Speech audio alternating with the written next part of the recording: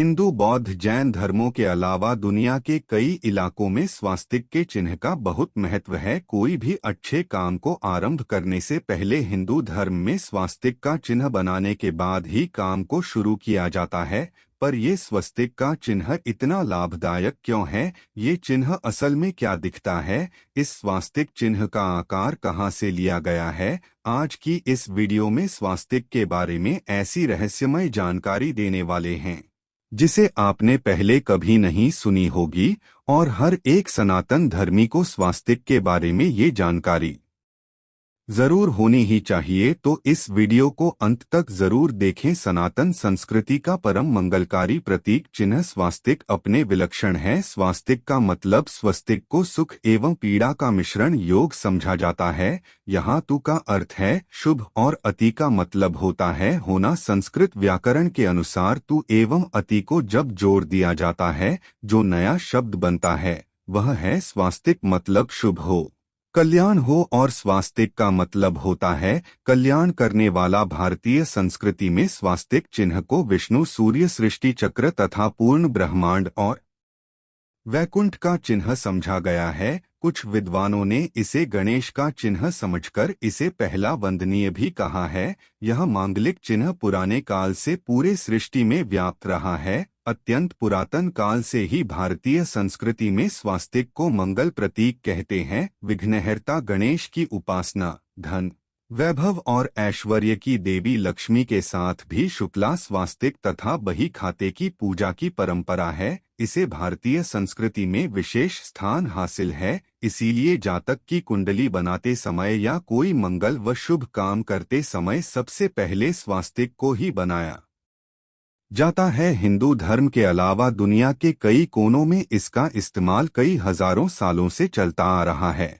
पर असल में स्वास्तिक का चिन्ह क्या दर्शाता है, इसके पीछे बहुत रहस्य हैं। आज हम आपको स्वस्तिक का मूल अर्थ क्या है इसके बारे में बताने वाले हैं। सांसारिक जीवन में धन और यश कल्याणकारी हो सकता है। शरीर के लिए भोग और सुख कल्याणकारी और मंगलमय हो सकते हैं, पर आत्मा के लिए ये सब मायने नहीं रखता है। आत्मा के लिए तो मंगलमय परमधाम है, परमात्मा है। आत्मा के लिए तो कल्याणकारी है और आत्मा को मोक्ष वैकुंठ जाने के बाद मिलता है। वैकुंठ में गई हुई आत्मा मोक्ष हासिल करती है। और वैकुंठ का स्थान भागवत पुराण में ध्रुव तारे की ओर बताया गया है। ध्रुव तारा सप्तर्षि तारामंडल में आया हुआ है और ये सप्तर्षि तारामंडल सबसे रहस्यमयी है। इनमें से 81 नाम पर गैलेक्सी है, जो आकाश में सबसे रोशन गैलेक्सियों में से एक है। इस तारामंडल के क्षेत्र में से 82 नामक गैलेक्सी भी है,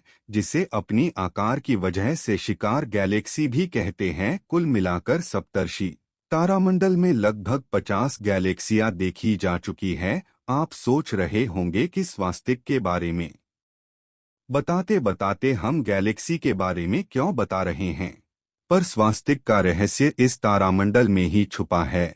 और ये सप्तर्षि तारामंडल और ध्रुव तारा दिशा निर्देश के लिए पुरातन काल से ही बहुत जरूरी रहा है। रात के समय में अगर आप दिशाएं भूल गए हैं और भटक गए हैं, तो आपको आकाश में ध्रुव तारे को ही ढूंढना पड़ेगा, जो उत्तर दिशा को दर्शाता है। और इसी तरह अगर आप इस भवसागर में भटक गए हैं और उस मंगलकारी और सौभाग्यकारी वैकुंठ का पता लगाना चाहते हैं, तो भी आपको आकाश में ध्रुव तारे को ही ढूंढना है। और वैकुंठ के स्थान पर होने का ज्ञान हमारे ऋषि मुनियों को तो था ही, साथ में कई वासियों को भी मोक्ष हाने के स्थान का सही से ज्ञान था। और इजिप्टोलॉजिस्ट और रिसर्च पिरामिड को क्यों बनाया गया था, इस सवाल का उत्तर ढूंढते ढूंढते आखिरकार इस नतीजे पर पहुंचे कि पिरामिड बनाने का मेन कारण था मोक्ष पाना, और मोक्ष पाने वाला स्थान है ग्रुप तारीख की ओर वैकुंठ। और पिरामिड की संरचना को देखेंगे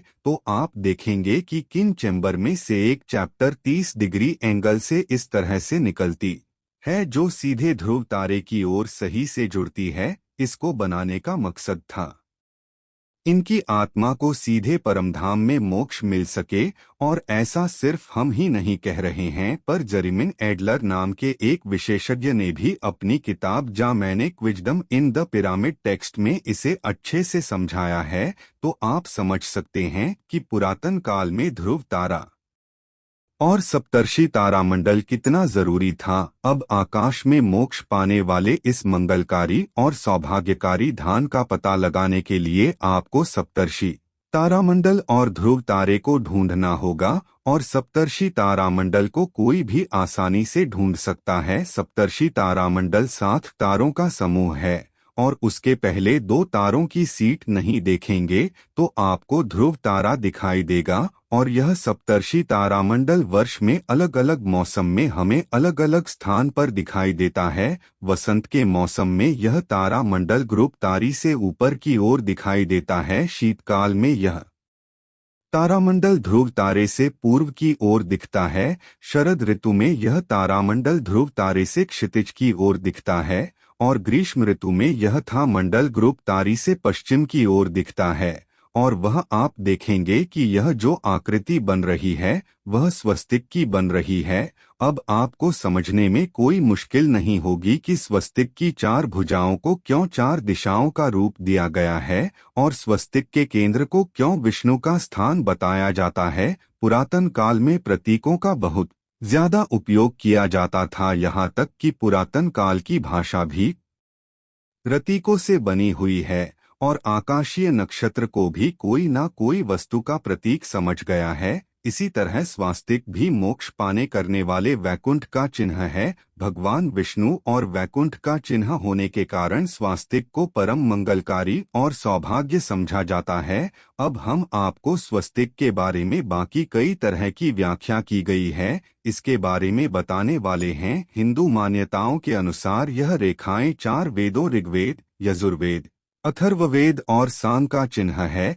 कुछ ये भी मानते हैं कि ये 4 रेखाएं सृष्टि के रचनाकार भगवान ब्रह्मा के 4 सिरों को दर्शाती हैं। इसके अलावा इन 4 रेखाओं की 4 पुरुषार्थ, 4 आश्रम, 4 लोग और 4 देवों मतलब कि भगवान ब्रह्मा, विष्णु, महेश और गणेश से तुलना की गई है।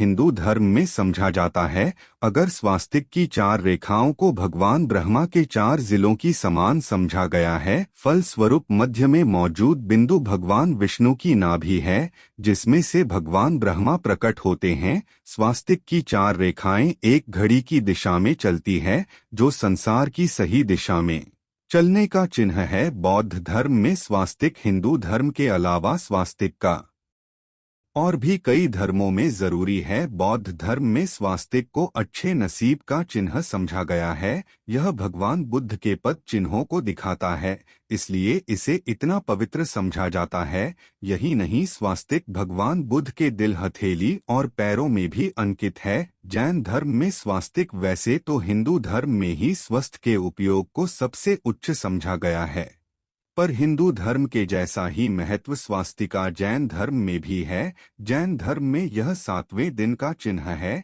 जिसे सब तीर्थंकर सुपार्श्वनाथ के नाम से जानते हैं। श्वेतांबर जैन स्वास्तिक को अष्टमंगल का मुख्य चिन्ह कहते हैं। सिंधु सरस्वती सभ्यता में भी मिले हैं स्वस्तिक चिन्ह। सिंधु घाटी सभ्यता की खुदाई में प्राप्त मुद्रा और बर्तनों में स्वास्तिक का चिन्ह खुदा हुआ मिला है। उदयगिरी और खंडगिरी की गुफाओं में भी स्वास्तिक के चिन्ह मिले हैं। इसके अलावा ऐतिहासिक स्थानों जैसे मोहनजोदड़ो, हड़प्पा संस्कृति, अशोक के शिलालेखों, रामायण, हरिवंश पुराण, महाभारत आदि ने स्वास्तिका अनेकों बार उल्लेख मिलते हैं। अलग अलग देशों में स्वास्तिक को नेपाल में हैरम, मिस्र में एक तन तथा बर्मा में महापीने के नाम से पूजा जाता है। ऑस्ट्रेलिया और न्यूजीलैंड के मावली आदिवासी भी स्वस्तिक को मंगल चिन्ह के रूप में पूजते हैं। तो दोस्तों, यह वीडियो आपको कैसी लगी कमेंट में जरूर ही बताना और इस बहुमूल्य जानकारी को अपने दोस्तों और रिश्तेदारों में शेयर जरूर करें। आप सभी का धन्यवाद।